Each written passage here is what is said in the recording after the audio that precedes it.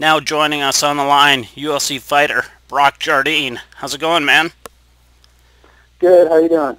I'm doing good, man. I'm doing good. So let's get things rolling here with asking you how you spent Father's Day.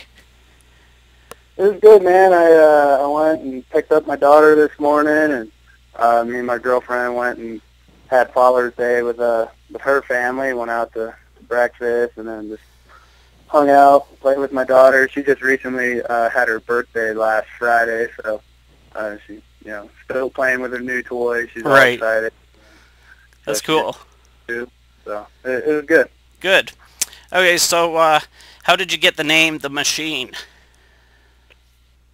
Just one day in practice, I was just kept getting a bunch of submissions. This was years ago when I first started. I only knew like a couple submissions. I kept kind of submitting everybody, and one of the people at the gym was like, "Man, you're like a tap-out machine," and I just took the machine part, and it kind of rhymes with my last name too, so it kind of just stuck with it. Your last fight was roughly, what, a month and a half ago? Just talk us through that fight. Yeah, I fought on Showdown Fights on May 4th in Orem, Utah. It's the gym, the production that our gym, the Pit Elevated, puts on. And I fought WEC vet Blazavena. It was my first fight in almost a year because of I had a surgery, and I had to get surgery, rehab, and everything. So it was my first fight in almost a whole calendar year. And started off a little rough, came out a little too excited, and got taken down, got threatened with a couple of submissions. But Boz is no joke on the ground. He's a black belt, so I was able to defend a couple of submissions, and then pretty much after that, I was in control the whole time. Kind of regained myself, and just kind of ended up, landing some big punches. Definitely some big body punches that kind of took his wind from him, and then I got the TKO finish about halfway through the second round. How'd this UFC contract come about? Did they offer you the fight with Story and then give you the contract, or did you get the contract a few weeks prior? How did it all break down? No, pretty much my manager had been in talks with them. Definitely they weren't, they weren't like, oh yeah, we want to sign Brock right now kind of thing. Right. My manager was definitely, trying to push for him to sign me, and they were definitely interested. They said, it's kind of on the radar and whatnot, but, they just, pretty much I got the contract. Joe Silva sent my manager an email and was just pretty much like, I'll sign Brock to a 4-fight deal, but he has to fight in 3 weeks. So, of course, right. I said yes, and, that's where I'm at now. Okay, man, and I was on your Facebook. You had a lot of friends and family that were very excited for you, so that was pretty cool to see. Yeah, definitely. I mean, I've been doing this for almost 6 years now. I've only taken it seriously the last about 2.5, 3 years. I used to work a full-time job, so it was kind of hard to, when I first kind of started, too, it was, UFC was just kind of getting big, and, I would train and fight, and then, I just continued to work again. I didn't really think of being a full-time fighter, UFC fighter. I was just, when I got done college wrestling, I was all excited that I didn't have to make weight, work out, and I was going to be lazy. And Right, man. Yeah, and I lived for about 6 months, and then, kind of got the bug to start competing again. So I would just kind of train, for a couple months, fight, and then, I wouldn't do anything for 6 months, and I get that bug to compete again, and I'd train and fight, and then I wouldn't compete again. So, it wasn't until after I beat Dave Terrell that I was like, oh man, I'm not too bad at this fighting thing, and by then the sport grew even bigger than it was, and I was like, I kind of knew then I could kind of make a living doing it. So I still work a full-time job. I've only been a full-time fighter the last year, but I was still working full-time, but then I really made sure I was training full-time. I would, train in the morning, go work an 8-hour day, and then train again at night. And I did that for about 2 years before I finally was able to just concentrate on fighting. Okay, man. So let's just talk about this Rick Story fight. What are your keys to victory?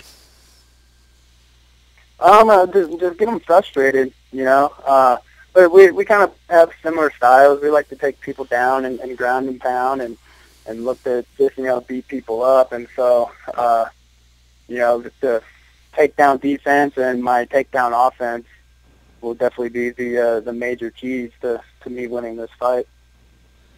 Okay, and just talk about your weight cut. How much weight do you have to cut from this point on out? I woke up this morning at, I was like 183, so I was only like 12 over. My weight wasn't that bad. I just recently fought, and I only took about a week off, and then, Ramsey and Seiler, they're fighting, the same night as I am. Right. Ramsey Nijum and Steve Seiler, and then of course fighting a month later in Calgary. So they're like, all right, man, you go eat your hamburgers and hot dogs and ice cream and for a week, and then come back and get back into the gym. So my weight didn't get too high. I've definitely been known to put on 30 pounds in like 2 days after a fight, but that was kind of back too when I would fight only once every 6 months or so. Now that I know I'm doing this full time, dieting is definitely a part of that. And so I mean, being a full time fighter, you gotta live a healthy lifestyle and work out all the time. And so I've definitely made that transition. So. Yeah, for sure. And you mentioned some of your training partners, Steven Seiler and Ramsey, will be on this card as well. Just talk about that. Is that an advantage for you, having them there? Yeah, I think so. For my first UFC fight, I've been, I got the corner court for a couple of his fights, and Ramsey for one of his UFC fights. I mean, I've definitely kind of been behind the scenes of the UFC, kind of know how things kind of run the week of the fight and everything. So it won't be, I won't be a fish out of water when, you got to go check in with birds and, get center shorts checked out. It won't be totally a shock to me. But then having my teammates there as well, here in Utah, I fought on the same card as Ramsey and Seiler before. So that's a little bit more comforting. And then, I'm from Virginia back east, so I'll have friends and family make the drive to come watch, and then people from the gym are making the trip out. And so definitely have a big support group there. I definitely feel like, I kind of have a home field advantage. Okay, and just talk about some of the guys that have helped prepare you for this fight. My two biggest three biggest partners would be Rad Martinez. He fights in Bellator. He's a 155er, 145er. He is a two-time Division I All-American for Clarion University. Was actually teammates with Frankie Edgar. So he's a true southpaw, and Story's a southpaw. So I suck, with southpaws. So he, trying to have him take me down and defending his takedowns and everything was a big help. Brad Darrington, he's kind of new. He's getting ready to have his first amateur fight, but he was a Division I national qualifier wrestler. So I've had him, trying to take me down and everything like that. Then of course Court McGee, and then down at or over at the Pit AG or Roller Grande, the Pit HQ where John Hackleman is. I went out there as soon as I got the call. I made arrangements to go out there, train with John Hackleman and Ramsey and Court and then one of our other fighters, Danny. We're already out there in California, so I went out to California for a week and trained with Hackleman and one of his black belts Luke. Luke's a southpaw, so definitely got a good mix of good southpaw wrestlers and southpaw strikers in this short training camp. Awesome. So will John Hackelman be in your corner?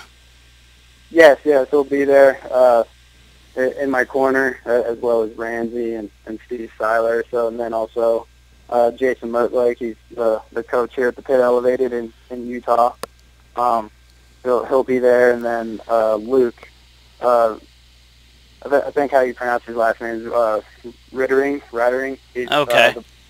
That I trained with out there in California. That's one of John Hackelman's black belts, and actually runs the Pit North, which is in San Luis Obispo. So those three will be in my corner, as well as my teammates and Sure. everyone else. So. Okay, good stuff, man. Final question I have for you isn't specific to you, but it's specific to mixed martial arts right now. A lot of guys are getting injured. What do you think is the major cause of this?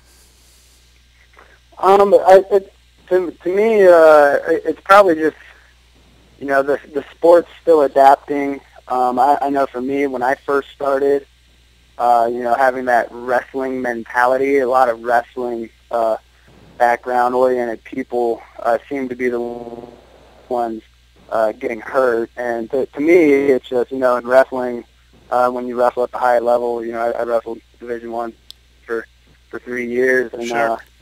You just get used to grinding day in and day out and just pushing your limits every day, every week, and wrestling is such a long season. So I just think, a lot of times fighters now are just always trying to push the limits, always trying to get in the best shape, and, I think they might just, I don't think they're doing anything carelessly, or, it's not like they're out, snowboarding. And, Right, yeah. They crash or something. I just think, they're trying to train so hard to get ready for these big fights that, they're just hurting themselves. I like to think, we're at the Pit, we're pretty smart about it. We have our hard days, and we have our easy days, and we do a lot of conditioning. So I mean, rather than trying to get conditioned by sparring for 45 minutes and an hour, we'll do like 20, 30 minutes. Do 3-4 rounds standing, a few rounds on the ground rolling, and then we do our cross pit, which is a version of CrossFit, John Hackelman's version of CrossFit. So we definitely do a lot of conditioning and a lot of strength training, and definitely we have a strength and conditioning coach, Dominic Rossetti. He definitely works with us on strengthening those little muscles and all those balance things to kind of help prevent injuries as well. It's not just getting the major muscle groups strong. It's also working on those little muscle groups and the balance and everything else. So I just think it's more, fighters are just trying to push themselves to that next level, and sometimes you get hurt. Sure. Any sponsors you'd like to thank throughout your Facebook or Twitter? Yeah, no, definitely. I apologize if I forget somebody. I know Dethrone, Rev Wheels, Rev Gear, Lexani, Flagship Financial, the Pit Elevated, all my teammates and coaches, Proto Homes, and I'm sure I'm forgetting somebody. I apologize, but definitely Fight Night, they'll all be on my shorts and banners, and I'll definitely, I tweeted them out before, I'll have to tweet them out again, but Right. Thank you guys for all the support. Awesome, man. Well, thanks for giving us a few minutes. Before we let you go, we have Steven Seiler coming up here in a few hours on the show. If you had to describe his fight game, what would it be? Seiler's fight game, it'd probably be, he's really well-rounded. He's comfortable anywhere.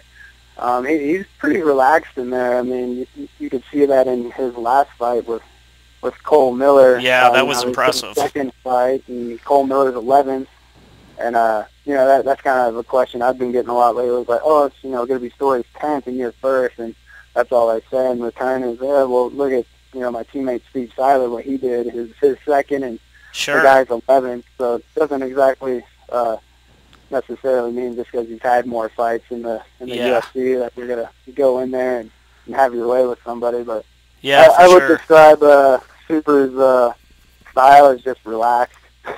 Yeah, cool, man, cool. Well, thanks for giving us the time, and hopefully we talk to you after you get this win. Yeah, definitely. Thank you. Thank you for having me. Okay, thanks, man.